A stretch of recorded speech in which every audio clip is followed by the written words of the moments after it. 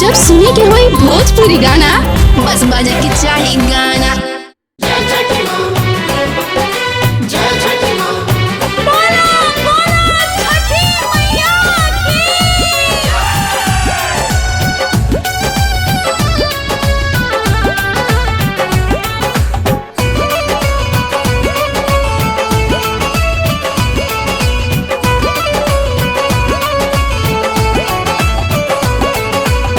फलिया गरावटा से साज के दहुरिया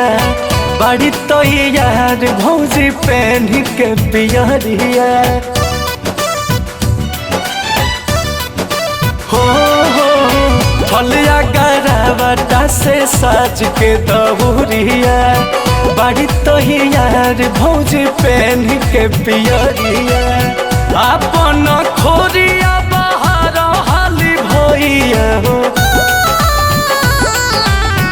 अपन खोरिया बाहर हाली भैया भौजी ही माही जइए छठी घाट हो छठी मैया आजू जोहत हुई है बात हो छठी मैया आजू जोहत हुई है बात हो छठी मैया आजू जोहत हुई है बात हो।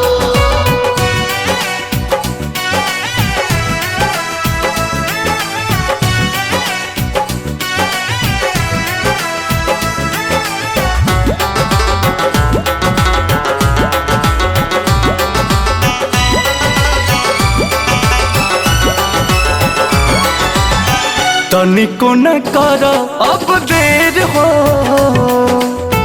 हरग के भइल बाट बेर हो तनिको न कर अब देर हो हरग के भइल बाट बेर हो छटक बजाही के नहाला दौड़ा हाली घर से निकालो तोहरो तकर के बसंग ही पूजैया बेरा बीते जनी बुझतनी बात हो छठी मैया आजू जोहत हुई है बात हो छठी मैया आजू जोहत हुई है बात हो छठी मैया आजू जोहत हुई है बात हो।